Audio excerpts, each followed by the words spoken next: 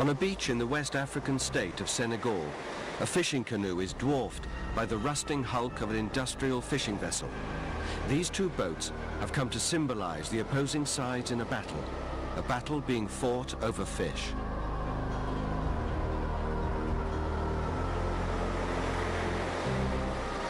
Overfishing is a general worldwide problem, whether this be in Europe, whether this be in international waters, whether this in African waters, and of course overruns many times nature's capacity to renew itself.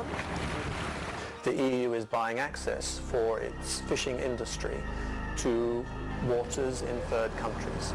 They're commercial agreements, and because resource considerations are given secondary importance, they're having a damaging effect on the fish stocks. We want to protect more than during the past fishing grounds. We don't want trawlers to enter these zones. We think that nowadays we have to promote responsible fishing.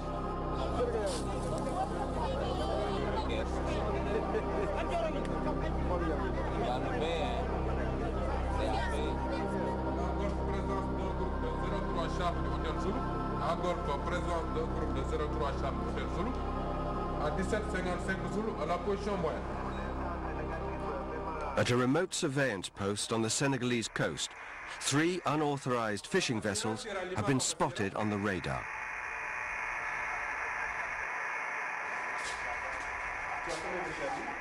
A patrol is sent to investigate.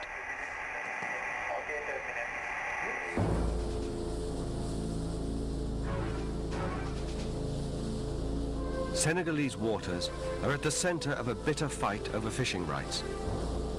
For more than 20 years, foreign fleets have been given licenses to fish here on a huge scale. Fish stocks have been decimated. First shrimp, then tuna, and now even the fish of the poor, sardines, are being overfished. Now the Senegalese want to save their fish before it's too late.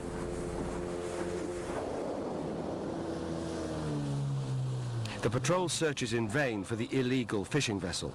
The offenders have heard the patrol approaching and have fled. But European fishing boats were not always so unwelcome.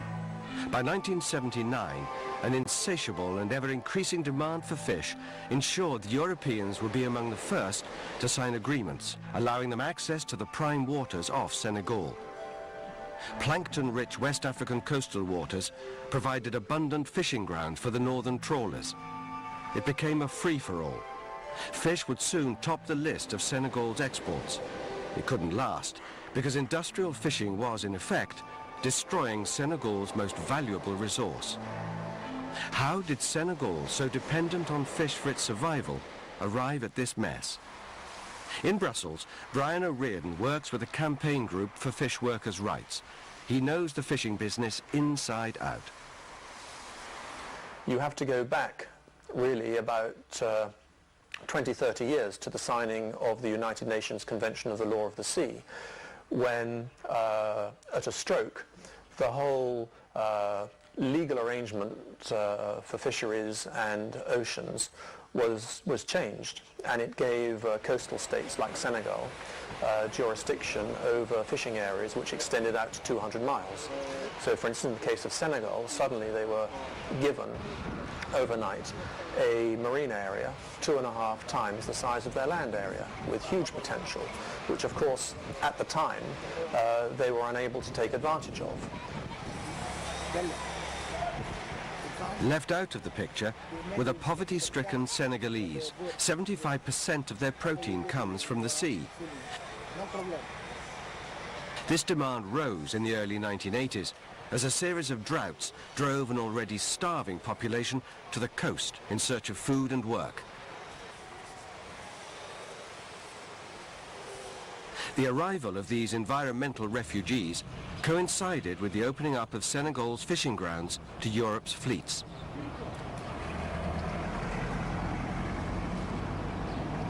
Result? The government had unwittingly set their own fishermen on a collision course with the industrial trawlers, an unfair contest severely biased against the coastal communities.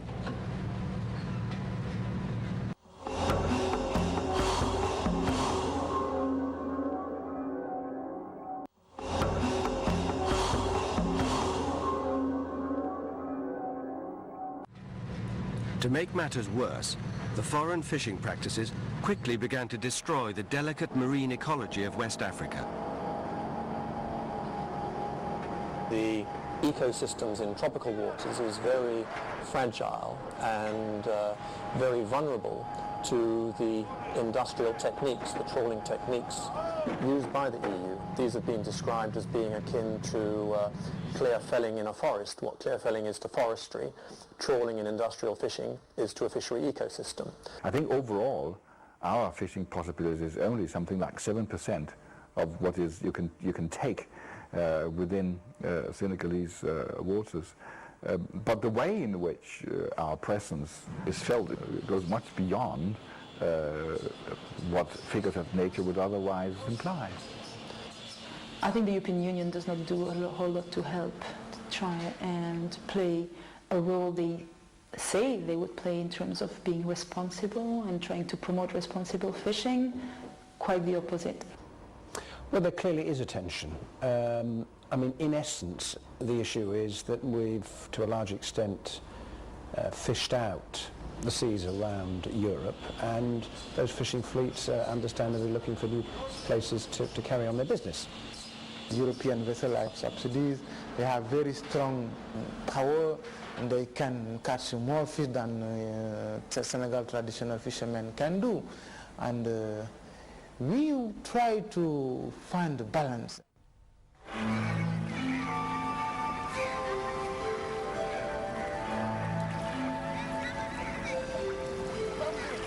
It's an unequal contest. The most valuable stocks have been severely depleted by industrial fishing practices.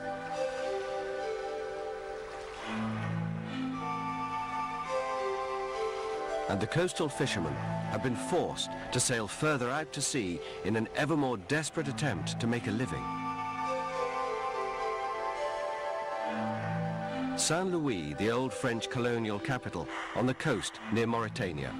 Here is the oldest and largest fishing community in Senegal. The fishermen run a self-reliant cooperative.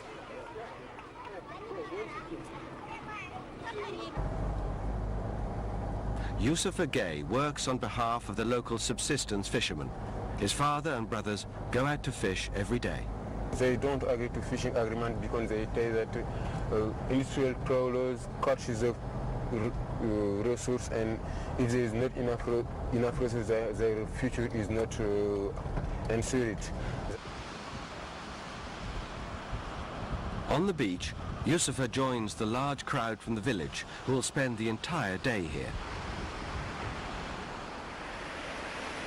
Dozens of brightly painted canoes, called pirogues, get launched from the beach. It's hit and miss how successfully they get past the breaking surf. For some, they're less lucky. Waves crash into the boat and it soon sinks. Help is on hand to pull the boat to safety. But as the outboard engine is waterlogged, they've lost their chance to fish today.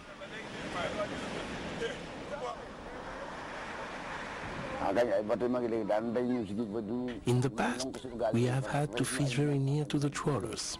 It has been very dangerous for us. We have had many times our nets broken and our boats damaged. Yes, it's a very, very, very serious problem. It's a danger for traditional fishermen. They cannot swim. No life jacket with these traditional boats. According to me, these boats were designed for the coastal zone, maybe for inland waters. But nowadays, fishermen, they are going up to 200 miles far from their villages. With these boats, I don't think this is normal. Things have to change also. Launching is dangerous enough, but landing with a boatload of fish really tests the crew's skills of seamanship. Hundreds of villagers gather on the water's edge with one common purpose: to get the pirogue safely beached with its precious cargo still intact.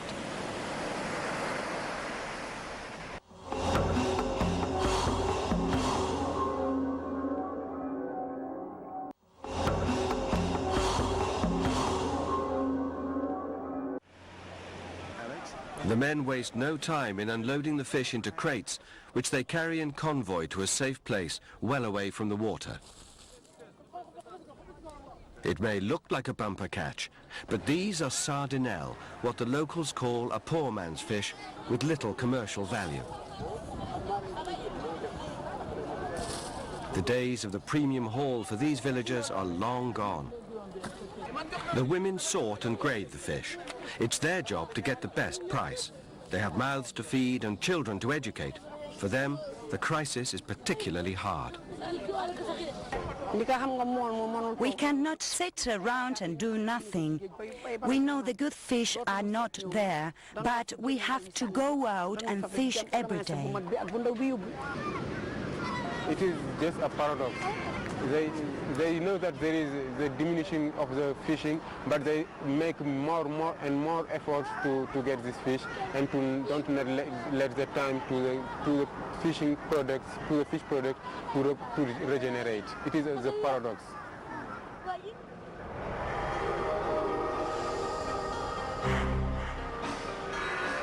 With the single-minded purpose of maximizing their profits, the commercial fleets carry on regardless. This is unsustainable development, cashing in for short-term profits. They're catching everything there, which means the small fish, the uneconomic fish. So out of the catch they make, possibly they keep anything between 10 and 20%, but anything between 80 and 90% is chucked back in the water dead. And often these are the fish that form the backbone of the artisanal fishery. Not only are the trawlers clear felling the ecosystem, they're also turning the ecosystem into a kind of waste dump. That we are always taking resources which are commensurate with the needs for sustainability, and also on the technical requirements of such vessels, which can be rules concerning the number of nets, the nature of the nets, the mesh sizes of the net, or any other technical data. And you would see in most of the agreement we are regulating that. There are a number of vessels owned by European Union companies who fly either the Senegalese flag and continue to fish, or another country's flag, or even what is called a flag of convenience. Flag of convenience is the flag of a country which sells its flag to a fishing company and controls nothing in terms of their activities, where they fish, what they catch, how, nothing at all. It means that unknown quantities of fish are being caught in all kinds of African waters and exported to industrialized countries like the European Union or Japan. Fisheries resources are stolen from them effectively, and not just from the countries but from the fishing communities who depend on it. Hopefully it will allow small coastal fishermen to continue and live from the sea, because that's what they do, and there's no alternatives for them in the country. If they stop fishing, they die. Yet for some Senegalese families, the struggle to continue fishing has become too much.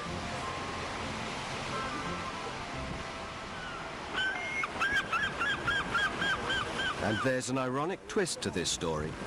Robbed of a livelihood, some of the fishermen have found work on the very vessels that are ransacking African and other so-called distant fishing grounds. This is La Coruña in northern Spain, home to one of the world's biggest and most predatory fishing fleets. But even here, the global decline in fish stocks is beginning to have an effect. Ousmane from Saint-Louis in Senegal used to compete with the European trawlers. Now, he considers himself lucky to have got a berth on a trawler operating out of Coruña. Ousmane is helped to settle in the city by Guillermo Garcia, a United Nations external advisor who looks after the welfare of the growing number of African immigrants. Each day, he visits Ousmane to see how he's coping. Ousmane's memories of fishing in Senegal are still painfully vivid. The situation is very bad. They have nothing to fish, and then they have many problems because they are also European vessels fishing in this place and fishing in the night, and they have had very many accidents. In his family, 2 persons of his family were lost fishing in these circumstances.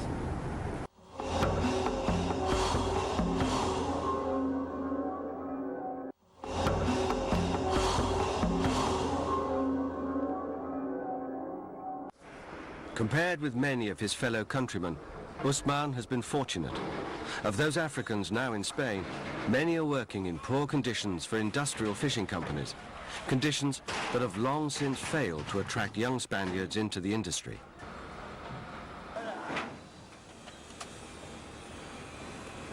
The situation is obviously quite critical, but these fishermen from Saint Louis, from Senegal, are replacing Spanish fishermen in Europe. So it's no longer that 1 in 3 fishermen in Europe will be Spanish, but 1 in 3 fishermen in Europe may quickly become African or even Senegalese. Now that's a very sad irony. Senegalese experience confirms the findings of a recent report published by the United Nations Environment Programme, which warned that coastal countries that open their waters to foreign fishing fleets lose far more, billions of dollars in fact, than they gain.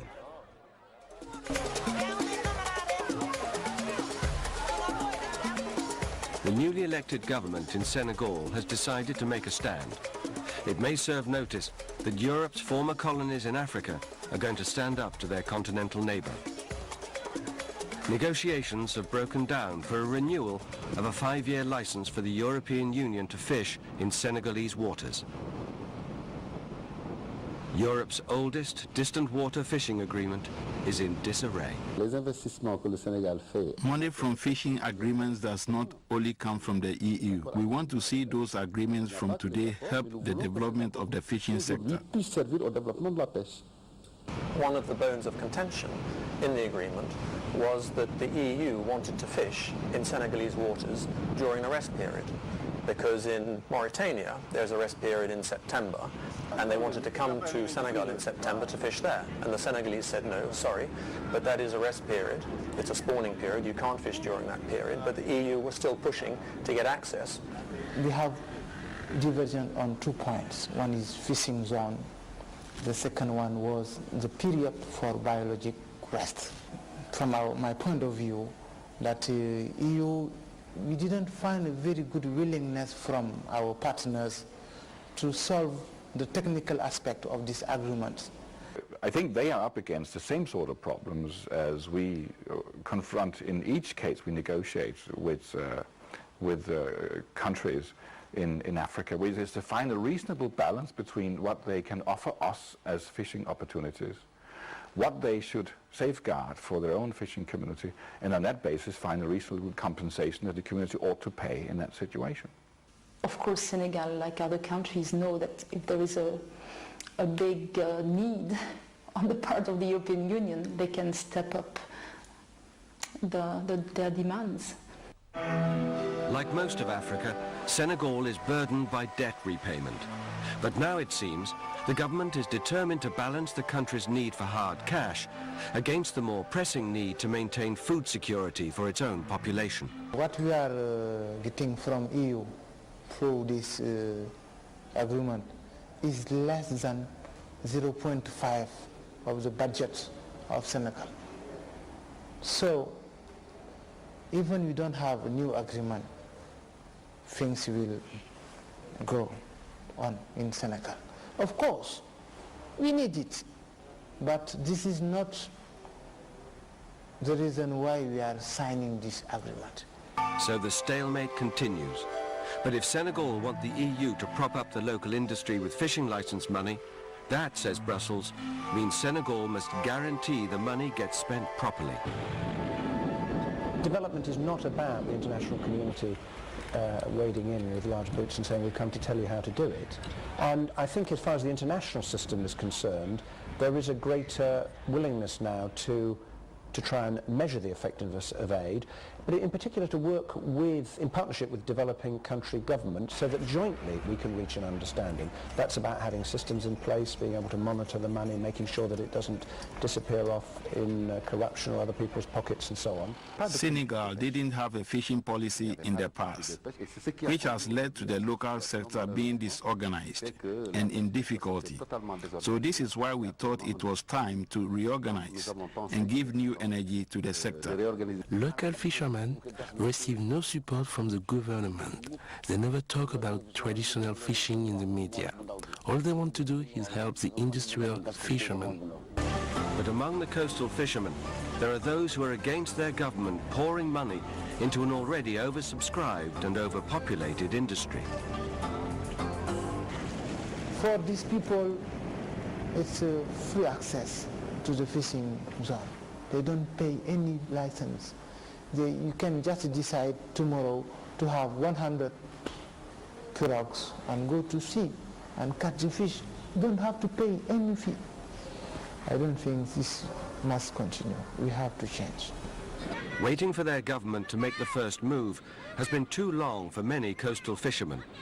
Drawing on their cooperative tradition, they've already seized the initiative and made themselves more attractive for outside investment. The French and the Japanese have built processing plants to serve their markets back home, and the fishermen themselves are prepared to spend days at sea to meet foreign orders and demands. At the start, everyone was fishing at will. The fish were there 24 hours a day.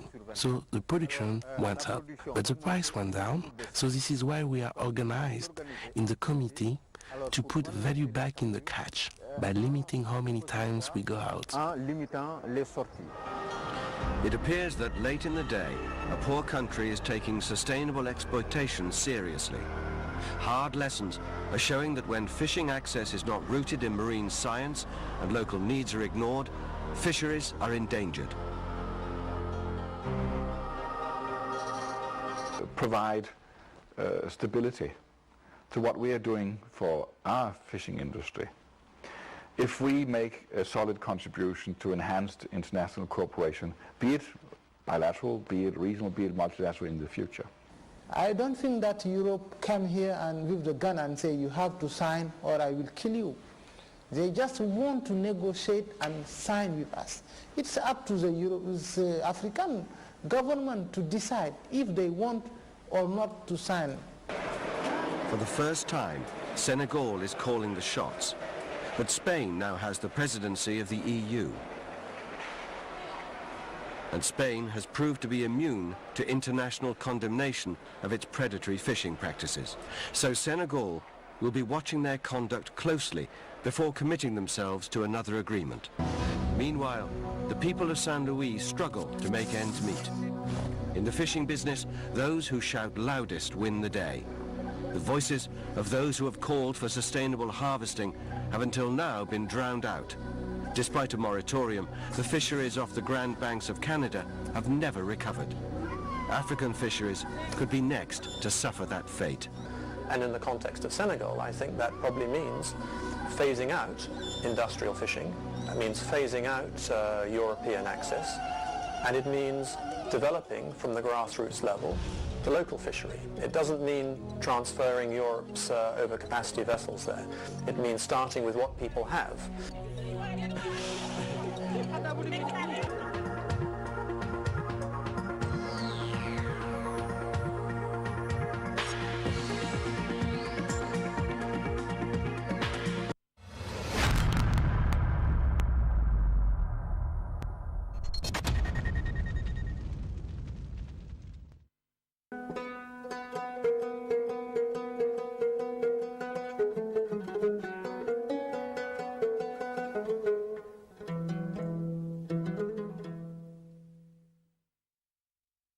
Allahu Akbar, Allahu Akbar, Allahu Akbar, Allahu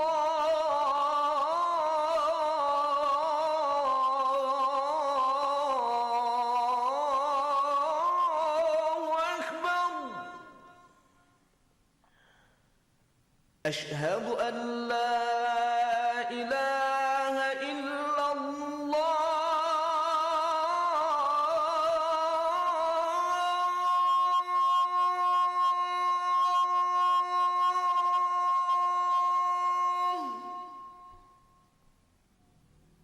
أشهد أن لا إله إلا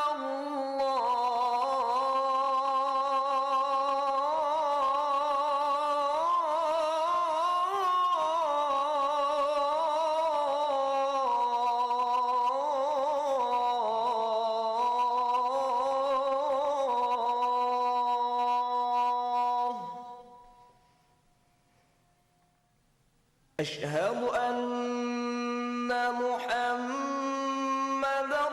رسول الله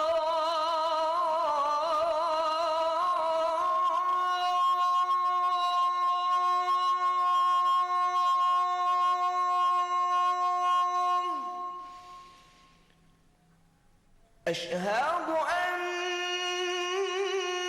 محمدًا رسول الله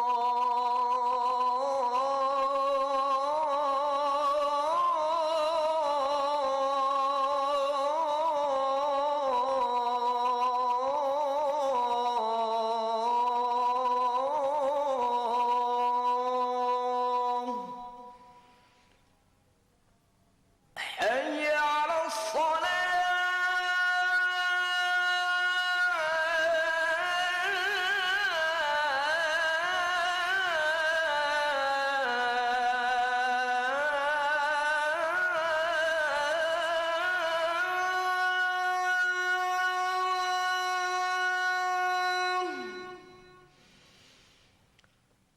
حي على الصلاة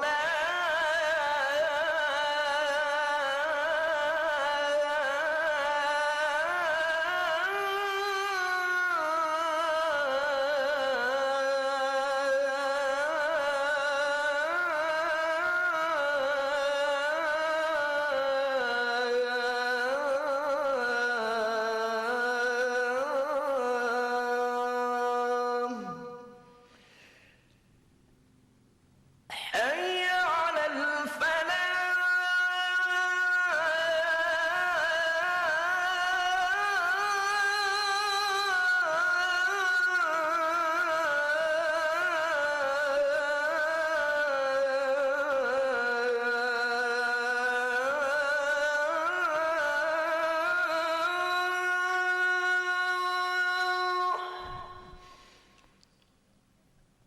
حي على الفلاح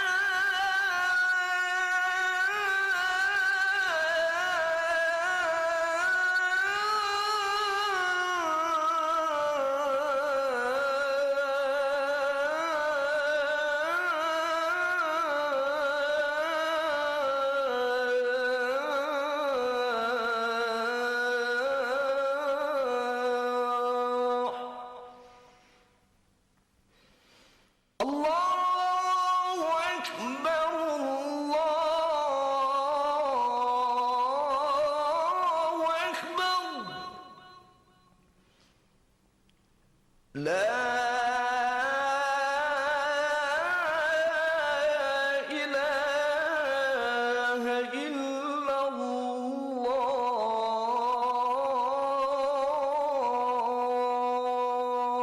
الله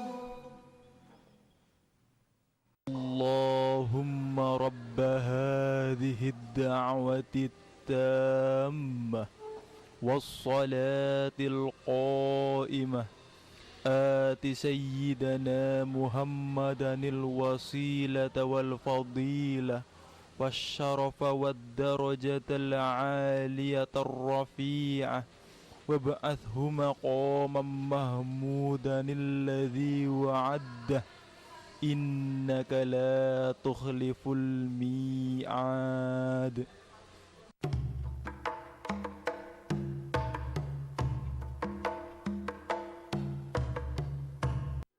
Bisa kita awali dengan laporan